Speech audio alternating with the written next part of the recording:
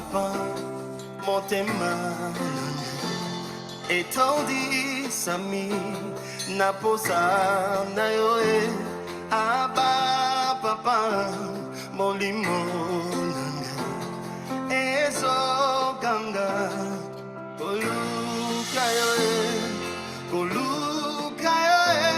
nana koti kateo kotambola neo osamo temanga kolanda yoe nana kolembateo kongumba melayo tina bomo idake.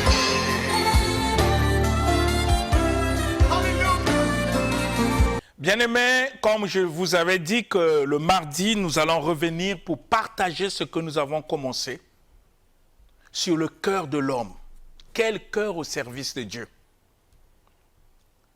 Notre souci, c'est que nous voulons qu'en servant Dieu, nous ne devons pas le servir selon nos pensées, bien-aimés.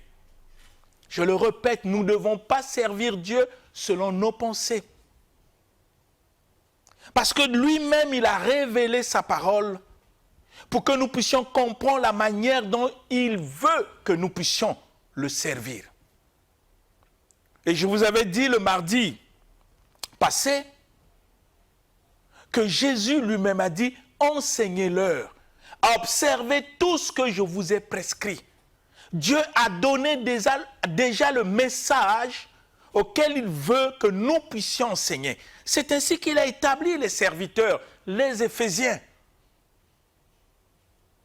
pour transporter ce message et donner à ces âmes que lui l'a racheté par son sang sur la croix de Golgotha. C'est ce message qui doit être prêché dans nos églises. Pas le message d'un pasteur, pas le message d'un apôtre auquel on peut ramasser, lire les livres. Non, le message est déjà. Il n'y a pas un nouveau message, c'est l'ancien message que Dieu seul a laissé, ce que l'apôtre Paul a prêché, ce que Pierre a prêché. C'est ce message que l'Église en a besoin. Et je veux que nous réfléchissions, bien-aimés, notre manière de servir Dieu dans les églises, est-ce que c'est conforme à sa volonté? Est-ce que c'est ce qu'il attend de nous? Est-ce que nous sommes exactement ce que Dieu attend de nous? Quand même le Seigneur Jésus lui-même dit, ne vous bornez pas à écouter seulement la parole, mais mettez en pratique. Il nous dit ça dans le livre de Jacques. Quand le Seigneur lui-même attire notre attention, pourquoi m'appelez-vous Seigneur et ne faites-vous pas ce que moi je dis? Dieu nous montre dans sa parole la responsabilité que les fidèles ont, les troupeaux, les brebis, quel que soit le nom que nous pouvons les appeler, ce que Dieu attend d'eux, à l'égard de ceux qui sont établis comme des serviteurs. C'est écrit dans la parole. Nous l'avons développé les mardis là-bas pour expliquer quelle relation doit exister entre les serviteurs et ceux dont Dieu a donné sous leur garde. Chacun doit comprendre ce que le Seigneur attend de lui, puisque c'est écrit. On ne fait pas les choses pour plaire aux hommes, mais à Dieu qui sonde notre cœur, comme la parole nous dit. Une fois que nous avons compris ce que les fidèles ou les troupeaux doivent faire, nous devons aussi comprendre les exigences que Dieu attend de nous et tant que serviteurs de Dieu. Nous avons lu le livre de Pierre. Il nous explique par l'Esprit de Dieu ce que Dieu attend de nous. Parce que lui, il est le témoin de l'Évangile. Il a vu le Seigneur Jésus-Christ en chair. Il a entendu Jésus parler, prêcher. Il nous dit, moi ancien comme vous, nous devons être des modèles de troupeaux. Par notre conduite, par notre manière d'être, par notre manière de faire, chacun doit faire des efforts pour devenir le modèle. Et notre modèle, c'est Christ. Et Christ nous montre la manière de vivre dans la parole qu'il a inspirée. Ceux qui nous ont précédés dans la foi, ils ont fait des efforts. Je vous ai parlé de l'apôtre Paul qui dit qu'il doit traiter durement son corps. C'est une responsabilité. Il doit courir pour atteindre la perfection. C'est une responsabilité. Parce qu'il a compris ce que Dieu attend de ceux qui sont établis comme les serviteurs. Mais aujourd'hui, qu'est-ce que nous faisons aujourd'hui? Dans le livre de Pierre que nous avons lu, la parole dit que nous devons paître le troupeau, non par contrainte. Non par contrainte. Il n'y a pas de contraintes que nous devons poser sur la tête des troupeaux pour que nous puissions les enseigner. Pour que nous puissions leur prêcher l'évangile. Il n'y a pas de contraintes. Mais aujourd'hui, parfois, nous posons des contraintes pour faire un certain nombre de choses que le Seigneur nous recommande par notre responsabilité à l'égard de ceux dont il a mis sous nos gardes. On crée notre évangile. Comment ces troupeaux peuvent comprendre la parole de Dieu si nous ne leur présentons pas la parole et si nous leur présentons ce que nous voulons, qu'eux puissent entendre afin de nous élever, au lieu d'élever le Seigneur. Si on veut imposer à ces troupeaux le respect, ça ne s'impose pas, bien-aimé. C'est par notre conduite, c'est par notre manière d'être, c'est par notre manière de faire que nous pouvons attirer le respect des gens. C'est ce que la parole nous recommande. Nous ne devons pas perdre des troupeaux de Dieu pour un gain sordide. Non. Parce que la foi en Dieu n'est pas un moyen de s'enrichir. Ne pensons pas, parce qu'on est pasteur, fortement, il faut qu'on devienne milliardaire. Et nous pouvons créer tous les moyens qu'il faut, charnels, sortiments d'évangile, uniquement pour être milliardaire. Ce n'est pas ça l'évangile. Dieu peut te rendre riche, bien-aimé. C'est ainsi que nous devons tout le temps apparaître devant Dieu. Par notre manière de faire qui est conforme à sa pensée et à ses voies. Quand nous apparaissons devant le Seigneur, c'est Dieu qui va nous présenter au monde. Mais quand nous voulons plaire au monde pour se présenter au monde sans Dieu, nous courons l'échec. Malheureusement, c'est ce que nous faisons, malheureusement. Aujourd'hui, nous avons des brebis qui pensent que prier Dieu, c'est être riche. Prier Dieu, c'est être prospère. Prier Dieu, oui. Mais la parole est claire et dit, je veux que tu prospères à tout égard comme prospère l'état de ton âme. Comme prospère. Comment l'état de ton âme prospère? Dans la malhonnêteté, dans le vol, dans les tricheries, dans la haine. Comment l'état de ton corps prospère pour que tu sois prospère?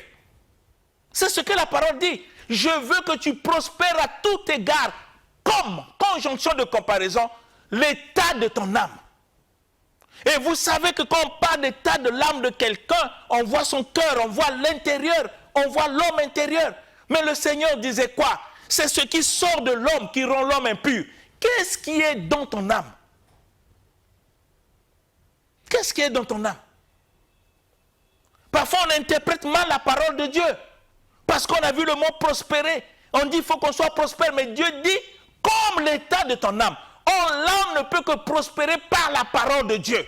Si nous amenons notre âme à être assujettie à la parole, alors on peut parler d'une prospérité spirituelle qui peut produire en nous la prospérité matérielle. C'est ce que Dieu dit dans la parole. Mais aujourd'hui, nous avons des brebis auxquelles nous avons présenté non l'évangile, mais ce que nous voulons qu'ils puissent entendre. C'est ainsi que tous vont à l'église, non pour chercher le Seigneur, non pour devenir ce que Dieu attend d'eux, non pour mettre en pratique ce que le Seigneur enseigne dans sa parole. excusez-moi, mais bien aimés, on va comme si on était des mendiants pour supplier Dieu à faire que nous devenons riches, pour supplier Dieu à faire que nous devenons prospères, pour supplier Dieu pour qu'on puisse se marier, pour supplier Dieu pour qu'on puisse voyager. C'est comme si nous voulons profiter de Dieu pour que Dieu accomplisse ce que nous voulons, mais nous sommes incapables d'accomplir ce que Dieu attend de nous. Ce n'est plus une église. De quelle église nous parlons? De quelle église? Nous allons le lire dans la parole, vous allez comprendre l'esprit de ceux qui étaient devenus l'église de Dieu. De quelle église?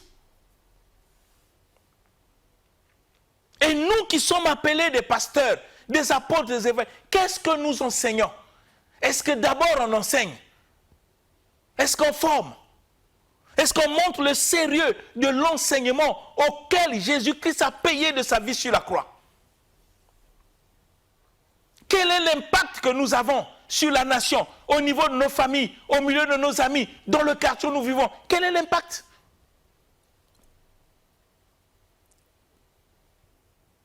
L'impact n'est pas de présenter les beaux habits. On n'est pas les premières personnes à voir ces habits. Il y a même des païens qui en ont, les magiciens qui en ont. L'impact n'est pas de présenter des voitures. On n'est pas les premières personnes à avoir des voitures. Il y a eu des gens qui ont des voitures avant nous, mais qui ne prient pas. Quand on parle de l'impact, ça commence par la vie. Quelle est la vie que nous dégageons dans notre conduite, dans notre comportement? Quel est l'effort que nous faisons pour que la parole que nous écoutons, qui est une vie, puisse être manifeste dans notre manière d'être? Ça, on peut parler de l'impact.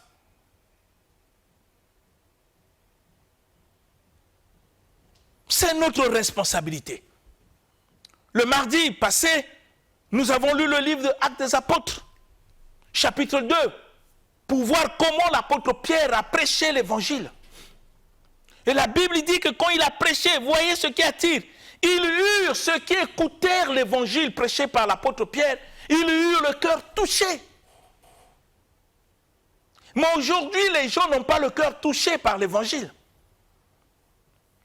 Ils ont leur vie charnelle, mais ils sont contents des promesses que dans l'évangile. L'évangile que nous ne savons pas si ça vient d'où. Eux, c'est ça ce qui compte, mais pas leur vie.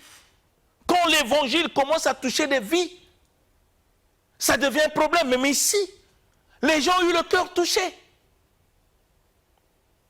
Et ils ont demandé à l'apôtre Pierre, que ferons-nous? Quelle belle question qu'on on ne pose plus maintenant. Que ferons-nous?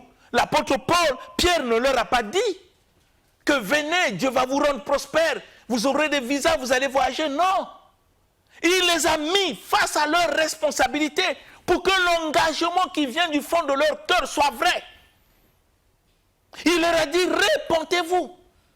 Voilà un enseignement, la repentance. Il dit, répentez-vous et soyez baptisés pour avoir le pardon de vos péchés. Et alors, vous aurez le don du Saint-Esprit. C'est à eux de voir s'ils sont prêts à accepter les exigences du Seigneur. Parce que l'engagement de servir Dieu, ce n'est pas l'enthousiasme, c'est une question de vie, c'est une question de responsabilité, bien-aimé. Aller à l'église, ce n'est pas une habitude. Il faut avoir une bonne conscience pour savoir pourquoi tu vas à l'église, pourquoi tu écoutes les enseignements. Mais c'est à nous, les serviteurs de Dieu, auxquels Dieu a donné la charge, que nous devons montrer à ces âmes que Christ a acquis sur la croix, par son sang, la voie du Seigneur. Leur montrer les voies du Seigneur, ce que Dieu attend de nous, ce que Dieu veut voir en nous. Mais malheureusement, nous avons pensé que croire en Dieu, c'est devenir riche. Croire en Dieu, c'est devenir prospère. Et toutes ces choses sont en train de hanter nos esprits. Et nous sommes loin de l'évangile tel que Dieu l'a laissé dans son Église. L'évangile qu'a prêché Pierre, qu'a prêché Paul, qu'a prêché notre Seigneur Jésus lui-même. Nous allons continuer sur cette même élan de Actes des Apôtres pour comprendre comment l'Église primitive était bâtie. Nous allons lire le verset 41 du chapitre 2 de Actes des Apôtres, 41 et 42, pour comprendre comment l'Église primitive a été bâtie. Les fondements de cette Église. Lisons la parole de Dieu. Actes des Apôtres, chapitre 2, le verset 41 à 42. Actes des Apôtres, chapitre 2, du verset 41 au verset 42, dans la version Louis II, nous lisons notre Seigneur Jésus-Christ. Amen. Ceux qui acceptèrent sa parole furent baptisés, et en ce jour-là, le nombre des disciples s'augmenta d'environ 3000 âmes. Ils persévéraient dans l'enseignement des apôtres, dans la communion fraternelle, dans la fraction du pain et dans les prières. Amen. Amen. Bien-aimés, regardez comment l'Église primitive a été fondée. Ceux qui acceptèrent sa parole, ils ont accepté la parole avec joie, furent baptisés. Et la Bible dit qu'il y avait environ 3000 âmes ce jour-là. Mais les apôtres ont fait quoi avec ces 3000 âmes? Ils ne se sont pas glorifiés que l'Église a grandi. Nous avons des âmes. Non, ils ont appliqué ce que le Seigneur Jésus leur avait enseigné. Ils ont appliqué. Que dit la Bible? Il dit, ceux qui avaient cru, ils persévéraient dans les enseignements des apôtres. Ceux qui se sont convertis, ceux qui ont accepté le Seigneur, qui sont venus à l'église, les apôtres ne leur ont pas présenté la richesse ou la prospérité. Non, jamais ils l'ont fait. La Bible dit persévérer dans les enseignements. On est en train de leur enseigner les voies de Dieu. On est en train de leur enseigner les pensées de Dieu. On est en train de leur enseigner comment il faut servir le Seigneur. Comment il faut marcher avec Dieu. Dans quel état d'esprit, dans quel état de cœur il faut servir le Seigneur. On leur a enseigné la parole. Pas autre chose. Ils ont respecté les consignes de notre Seigneur. Enseignez-leur. Est-ce que nous, les serviteurs d'aujourd'hui, c'est ce que nous faisons dans nos églises? Où nous nous contentons des nombres de personnes qui se multiplient? Nous n'avons pas le temps de les prendre pour les enseigner. L'enseignement n'est pas seulement des prédications, des exhortations. C'est des moments très sérieux auxquels nous partageons la vie de Dieu par les enseignements pour montrer à ces âmes ce qu'ils doivent être, comment ils doivent se conduire, afin d'impacter leur famille par leur conduite, en vivant selon les enseignements que le Seigneur a laissés pour son Église. Ça prend du temps. Il faut avoir un cœur, il faut être dévoué, comme nous l'avons lu dans le livre de Pierre 5. Ne pas le faire avec contrainte, poser des conditions, non. Mais avec amour. Parce que c'est une responsabilité que le Seigneur nous a confiée. D'enseigner. Enseigner. Et la parole dit, de l'enseignement, ils avaient ce qu'on appelle cette communion fraternelle qui manque aujourd'hui dans nos églises. La communion fraternelle. C'est ainsi que nous avons aujourd'hui dans nos églises Ça devient comme des mutuelles, des groupes, des petits groupes de gens qui se forment. Parfois parce qu'ils sont de même région, de même ethnie. Ou ce sont des amis, ils savent, ils forment des petits groupes. Il n'y a pas ce qu'on appelle réellement cette communion fraternelle. Parce que si la communion fraternelle enseignée par les apôtres s'établit dans une église, il y aura moins de divisions.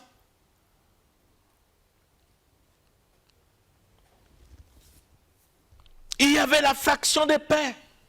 Voyez, cette sainte scène, comment il le faisait, avec un cœur plein de communion fraternelle et des gens qui persévéraient dans la prière. Pas du bruit, la prière. Vous savez, même pour prier, il faut que tu sois enseigné pour comprendre ce que Dieu entend par la prière. Ce n'est pas le fait seulement de parler ou de demander que tu fais la prière, mais il y a des enseignements pour te montrer dans quelle attitude tu dois prier, dans quel état de cœur. Ça doit être enseigné.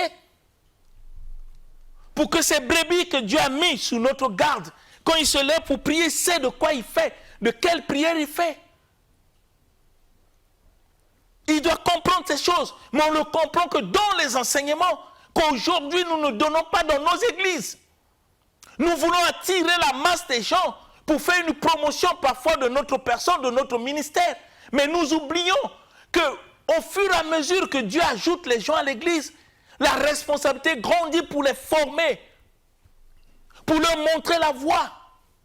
En réalité, un homme de Dieu doit poser la question: si le Seigneur arrive aujourd'hui, est-ce que le nombre des gens que Dieu a envoyés dans l'église auquel il m'a établi vont rentrer? C'est des questions qu'on doit se poser. On ne doit pas se contenter d'avoir plusieurs âmes à l'église, mais c'est de poser la question: est-ce que ces âmes seront sauvées quand le Seigneur Jésus va revenir pour chercher l'église? Est-ce qu'ils vont rentrer? Est-ce qu'ils vont rentrer? Quel est le message que nous leur donnons? Comment nous les enseignons? Comment nous les formons? C'est une responsabilité. On n'est pas pasteur apôtre pour être connu. On est pasteur apôtre pour paître les brebis. C'est ça la responsabilité. Nous devons le comprendre, bien-aimés, pour revenir à l'évangile. Vous voyez, même l'église primitive, les apôtres ont fait exactement ce que le Seigneur leur a recommandé. Lisons le livre de Matthieu pour que vous allez voir quelles sont ces recommandations du Seigneur. Matthieu 28. Nous lisons le verset 19 à 20.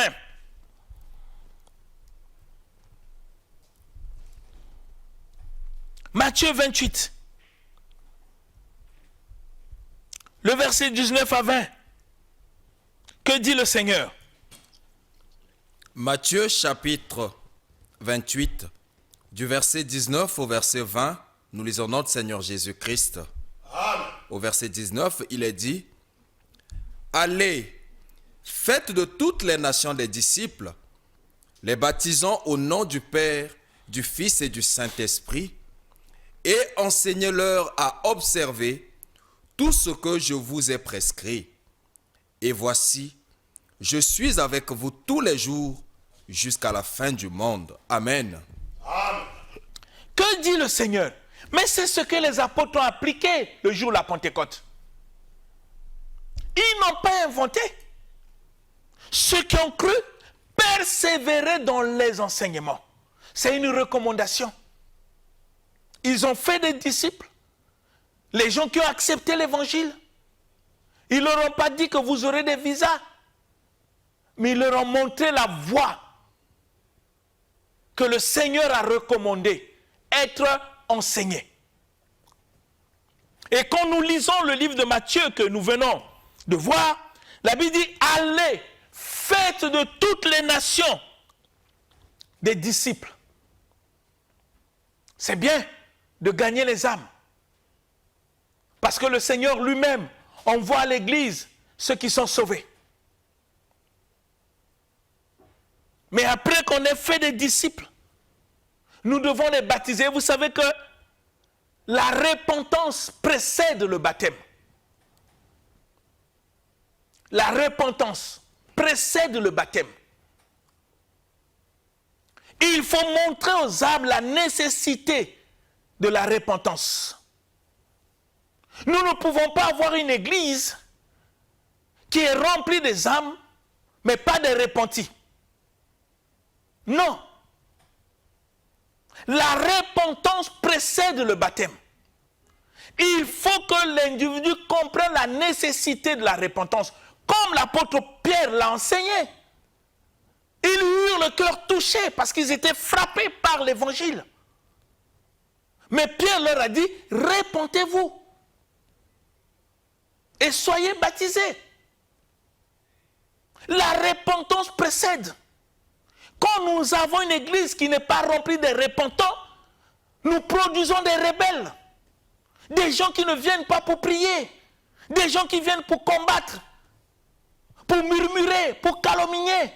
Des personnes qui viennent pour former des groupes, pour critiquer les pasteurs, les hommes de Dieu. Mais parce que ce ne sont pas des repentis.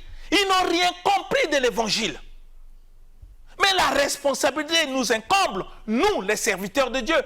Parce qu'on ne prend pas du temps pour leur montrer la voie de Dieu, les chemins du Seigneur, pour leur enseigner ce que le Seigneur a prescrit. Nous prenons du temps pour soigner notre image, et tant que pasteur, pour qu'on soit connu. On voyage, c'est bien tout ça. Mais les brebis, les âmes que Dieu a mis sous notre garde, que faisons-nous de ces âmes? C'est bien de soigner ton image. C'est bien de soigner notre image. C'est bien d'être connu. C'est bien de créer des relations. C'est bien, bien aimé, c'est pas mauvais. Mais que faisons-nous des âmes que Dieu envoie à l'église?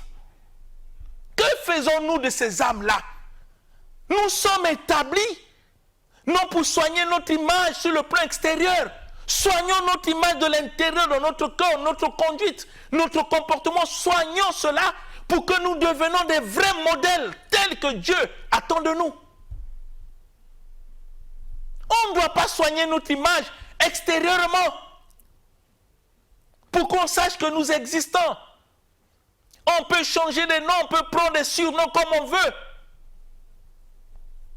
Ce n'est pas ça qui est important.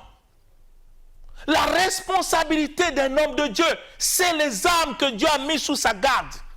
Que faisons-nous de ces âmes-là? Notre responsabilité pèse sur ça. Si nous ne revenons pas à l'évangile, en comprenant qu'on est établi pasteur à cause des brebis, des âmes que Christ a payées de sa vie sur la croix, nous allons confondre notre personnalité avec l'œuvre de Dieu, avec les responsabilités que Dieu attend de nous. Que faisons-nous de ces âmes? L'apôtre Pierre leur a montré la voie de la repentance, parce que la repentance précède le baptême. S'ils sont bien enseignés, chacun va s'engager avec son cœur. On ne les contraint pas, on leur montre le chemin et chacun doit prendre une décision. Si la décision vient du cœur, nous aurons des âmes que nous formerons selon l'évangile que Dieu a prescrit pour son Église. Alors, on sera fiers de dire au Seigneur que mission accomplie. C'est ce que Jésus a recommandé. C'est ce que les apôtres ont appliqué le jour de la Pentecôte. Ils ont mis en pratique. Et la Bible dit que, et enseignez-leur, bien-aimés, à observer tout ce que je vous ai prescrit. Est-ce que c'est ce que nous faisons? Est-ce que nous enseignons à ces brebis du Seigneur que Dieu envoie à l'Église ce que le Seigneur a prescrit pour qu'ils puissent observer, pour qu'ils puissent mettre en pratique, pour qu'ils puissent vivre selon ces enseignements? Est-ce que c'est notre préoccupation en tant que serviteurs de Dieu? Ou notre préoccupation, c'est d'être connu, c'est d'avoir la voiture, c'est de s'imposer pour qu'on sache qu'on est grand. On est comme dans la course au leadership. On oublie ce que Dieu attend de nous quand il nous a donné le ministère. Nous oublions tout ça. Mais regardez l'image de nos églises. Vous comprenez pourquoi parfois nos églises n'ont pas d'impact au niveau de la nation. Parfois ce sont des églises qui ne sont pas respectées. Nous avons une part de responsabilité. Parce que nous n'accomplissons pas exactement ce que Dieu attend de nous à l'égard de ces âmes que Dieu a mis sous notre garde. Bien-aimés, réfléchissons à cela. Est-ce que nous sommes en train de faire la mission que Dieu nous a confiée? En enseignant l'évangile tel que Dieu le veut, sans penser dans notre tête, dans notre cerveau, que l'évangile n'est pas un moyen de s'enrichir. Non, loin de là. On ne prêche pas, on n'enseigne pas pour des gains sordides. Non, loin de là.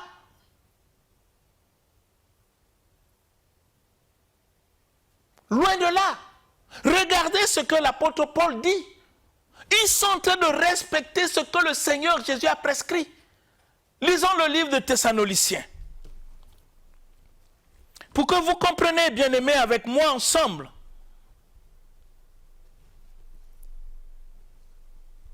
Pour que vous compreniez avec moi ensemble, bien-aimés. Nous lisons le livre de Thessaloniciens. Pour qu'on comprenne la pensée de Dieu. Ce que Dieu nous enseigne. Dans sa parole. Bien-aimés, si nous ne comprenons pas ces choses, nous sommes loin de ce que le Seigneur attend de nous. De ce que Dieu attend de nous, bien-aimés. Nous lisons le livre de 1 Thessaloniciens chapitre 2. Nous lisons le verset 3 jusqu'au verset 4. Vous allez comprendre que ceux dont Dieu a donné l'évangile, ils ont compris la pensée de Dieu.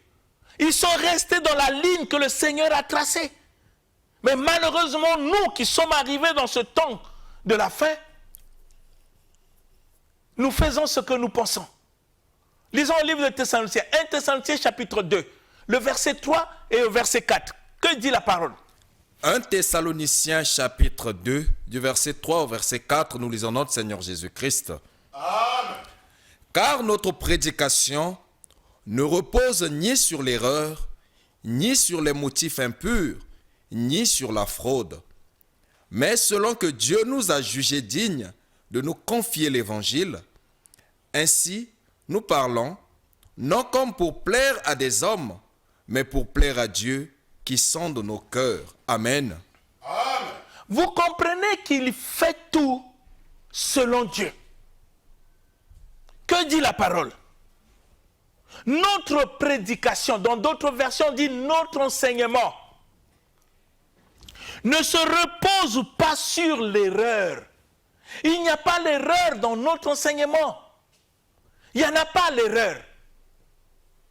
C'est ce que l'apôtre Paul dit. C'est une responsabilité. Il veille pour que ce que Dieu lui a confié comme l'évangile, qu'il n'y ait pas l'erreur. Parce que ça ne vient pas de lui, ça vient du Seigneur. Et Jésus a dit, enseignez-leur, observez tout ce que je vous ai prescrit. C'est ce que le Seigneur a dit, bien-aimés. Et Paul veille, les apôtres veillaient pour que ce qu'ils enseignent, ce qu'ils prêchent, ne puisse pas avoir l'erreur à l'intérieur. Parce que ce n'est pas leur message, ce n'est pas leur pensée. C'est ce que Jésus a prescrit pour son Église. Il leur a confié cela pour qu'ils puissent enseigner à des brebis qui sont sous leur garde. C'est ce que l'apôtre Paul nous enseigne ici.